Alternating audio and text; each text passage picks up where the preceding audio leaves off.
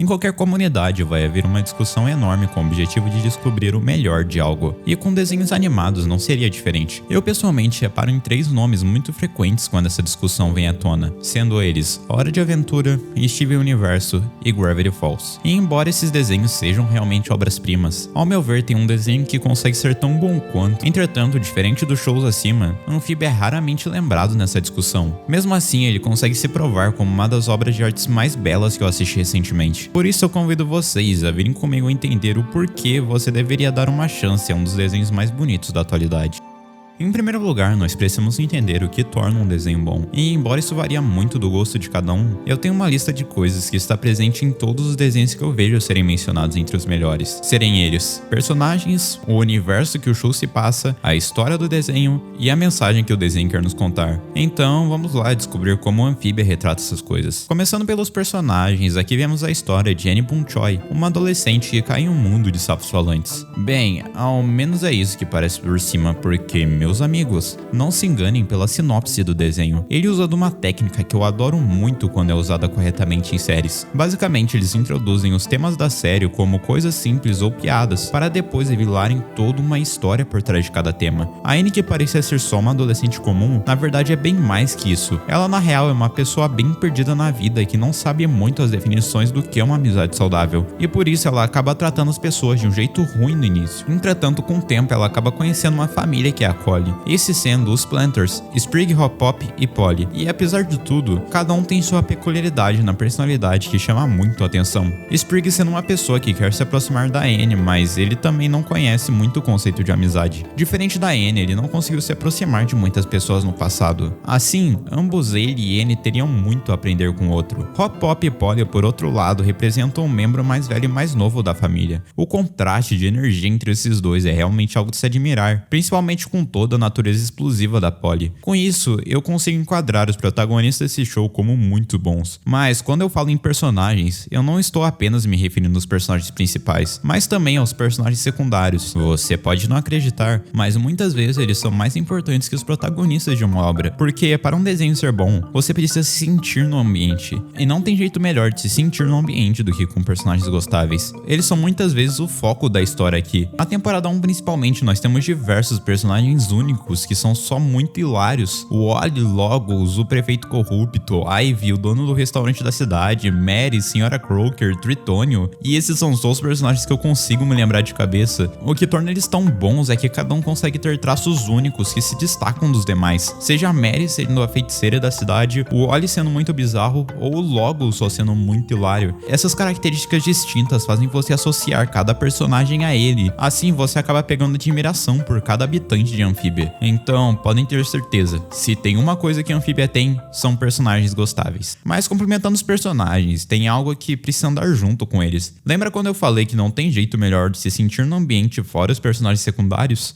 Na verdade eu menti. Algo que é tão importante quanto é o próprio universo em si que o desenho se passa. Mas na minha opinião, o importante é você fazer algo fantasioso o suficiente para você se inspirar enquanto assiste o desenho e ao mesmo tempo criativo bastante para se destacar dos demais. Amphibia consegue pontuar muito bem em ambos os aspectos. Aqui é um universo cheio de anfíbios falantes, mas não apenas sapos como você pensa. Aqui nós temos rãs e tritônios também, além de algumas outras espécies secundárias. Na sua cabeça eles podem até ser a mesma coisa, mas acreditem, eles definitivamente não são. O desenho consegue abordar isso muito bem, porque cada espécie tem sua particularidade. Isso faz os anfíbios se afastarem cada vez mais e viverem em diferentes comunidades, criando até diferenças raciais durante a série. Inclusive tem um episódio que eu quero destacar onde esse tema é diretamente abordado. Aqui o Sprig, como uma rã, precisa vencer uma batalha de um sapo, mas isso era visto como impossível, porque sapos eram fisicamente muito mais fortes que rãs. Entretanto, no episódio, ele aprende a fraqueza dos sapos e as vantagens das rãs, vencendo assim a batalha na base da inteligência. Juntando com essa divisão entre espécies, o mundo de Amphibia foi separado em basicamente 3 regiões. O Archwood, o bairro da Annie, o lugar que as rãs moram, a Torre dos Sapos, onde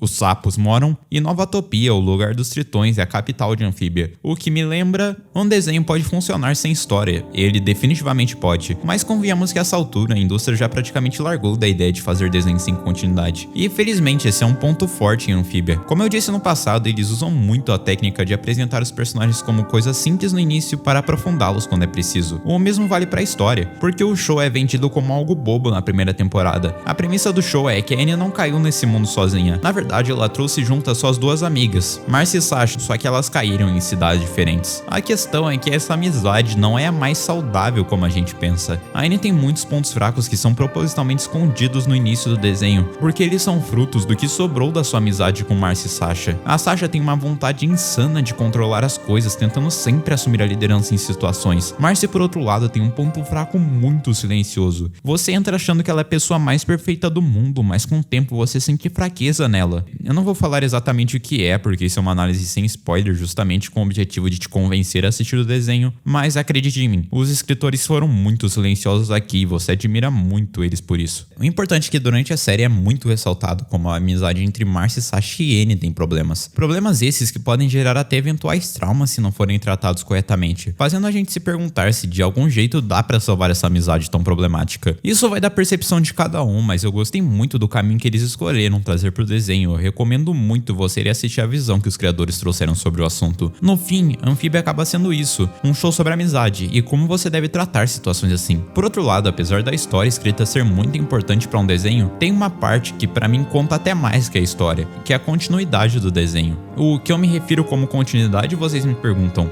A continuidade de um desenho é a capacidade dele desenvolver os seus temas. E aqui eu acho impressionante como tudo que Anfíbia traz consegue ser desenvolvido perfeitamente. Eu literalmente nunca tinha visto uma animação que desenvolvia tão bem as suas ideias como eu vi em Anfíbia. Isso geralmente está ligado ao fato do desenho dar atenção a temas errados ou faltar com atenção em temas que você queria ver mais. Em Gravity Falls, por exemplo, embora eu respeite muito a decisão do autor Alex Search, eu acho que todo mundo ficou com o sentimento de que poderia ter mais coisas sobre a obra. Steven Universe, eu tenho que confessar que apesar de eu ter amado com o final, fiquei com o sentimento de que algumas coisas poderiam ser desenvolvidas melhor. Aqui em Anfíbia, o meu sentimento é de conclusão pura. Você acaba o desenho satisfeito com o que assistiu e ponto. Claro, sempre vai existir uma vontade de ter mais conteúdo sobre Anfíbia, mas para isso eles precisariam criar uma história a mais em último caso. Isso acontece porque Anfíbia foi muito cauteloso. Você não sai com nenhuma expectativa frustrada. De algum jeito eles conseguiram deixar todo mundo feliz quando o desenho acabou.